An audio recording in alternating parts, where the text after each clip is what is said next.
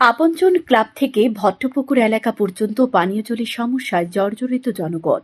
মঙ্গলবার আগরতলা পৌর নিগমের mayor Dipak Majumdar, mayor in councillor Abhijit Mallick পরিদর্শনে যান। তারা পরিদর্শন করেন এলাকার ওয়াটার ট্রিটমেন্ট প্ল্যান্ট। তারপর স্থানীয়দের সাথে কথা বলে সমস্যা দ্রুত নিরসনের আশ্বাস দেন মেয়র। সংবাদ মাধ্যমের মুখোমুখি হয়ে আগরতলা পৌর নিগমের মেয়র জানায়, আগরতলা শহরে পরিশ্রুত পানীয় জল প্রদানের লক্ষ্যে নিগম এলাকায় ৩৬টি প্রকল্প হাতে নিয়েছে পৌর নিগম জল বোর্ড। এর জন্য জনগণকে কিছুটা সময় দিতে হবে এবং ধৈর্য ধরতে হবে। ৩৩ নং ওয়ার্ডের অন্তর্গত ভট্টপুকুর স্থিত কালীটিলা এলাকায় জলের সমস্যা সমাধানের নির্মিত জলের ট্যাঙ্ক রয়েছে। আগামী ১ থেকে ১.৫ মাসের ভেতর এই প্রকল্পটি চালু হলে এলাকায় ২০০টি বাড়ি উপকৃত হবে বলে জানান তিনি। ১৭ কোটি টাকা ব্যয়ে নির্মিত হয়েছে এই পরিশ্রুত পানীয় জল সরবরাহ কেন্দ্রটি। আগরতলা শহরের বিভিন্ন এলাকায় পানীয় জলের সমস্যা রয়েছে, যা নিরসনে পুর নিগম, জল বোর্ড ও স্মার্ট সিটি প্রজেক্ট যৌথভাবে কাজ করে চলেছে।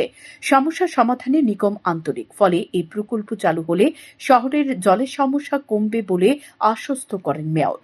আগরতলা পৌর নিগমের ৩৩ নম্বর ওয়ার্ড অন্তর্গত এই ভট্টপুকুর এলাকায় কালীটিলা এলাকার যে জলের যে ক্রাইসিস ছিল বা এলাকার মানুষের যে চাহিদা বা সমস্যা ছিল সেই সমাধানের জন্য আমাদের এখানে একটা মডিফাইড আইআইটি তৈরি করা হচ্ছে। আশা হচ্ছে আগামী ১ থেকে ১.৫ মাসের মধ্যে এটা টোটালি আমরা সাপ্লাইটা করতে পারবো। এখানে প্রায় ২০০ পরিবারের মধ্যে উপকৃত হবেন জলের ক্রাইসিস কালীটিলা এলাকা। এই সাউথগুলোর মধ্যে আরও 4টি মডিফাইড আইআইটি তৈরি হচ্ছে, যাতে এই এলাকার যে মানুষের যে সমস্যা পানীয় জলের, বিশুদ্ধ পানীয় জলের, সেটা পূরণ করা সম্ভব হবে। তো আমাদের এখানে আগরতলা পৌর নিগম, স্মার্ট সিটি এবং জল বোর্ড সবাই মিলে কাজ করছেন। আমাদের তিনি এলাকার সাউথের চেয়ারম্যান কর্পোরেটর অভিজিৎ মল্লিককে বিশেষ উদ্যোগে আমি বলবো, এবং এই এলাকার লোকের সহযোগিতা, এখানে জায়গা পাওয়া গেছে, কাজটা করা গেছে। আমাদের কাজ করার অনেক সুযোগ আছে, কিন্তু অনেক সময় আমরা সঠিক জায়গা যেখানে নির্মিত করার উচিত সেই জায়গা পাওয়া যায় না। সেক্ষেত্রে এলাকাবাসী এবং কর্পোরেটর সহ তবে আমাদের এসপি কমিশনার সাহেব আছে, জোনালের আমাদের আধিকারিক, আমাদের ইঞ্জিনিয়াররা আছেন, জল বোর্ডের আধিকারিকরা আছেন। সার্বিকভাবে আমি বলবো যে একটু সহযোগিতা করতে হবে এলাকার মানুষের। আগামী ১.৫ মাসের মধ্যে এই এলাকা, বিশেষ করে কালীটিলা এলাকার জলের ক্রাইসিসটা মেটানো যাবে। এভাবে সারা শহরে, আগরতলা শহরে যে পানীয় জলের যে সমস্যা, সেগুলো আমরা প্রায় ৪৭টা আইআইটি আমরা পড়াশোনা করেছি, জল বোর্ড এবং আগরতলা পৌর নিগম মিলে। আমার মনে হয় আস্তে আস্তে এই সরকারি আমরা এটা অবসান করতে পারবো। প্রজেক্ট কস্ট কত ছিল? ১৭ কোটি টাকার উপর ব্যয় করা হচ্ছে।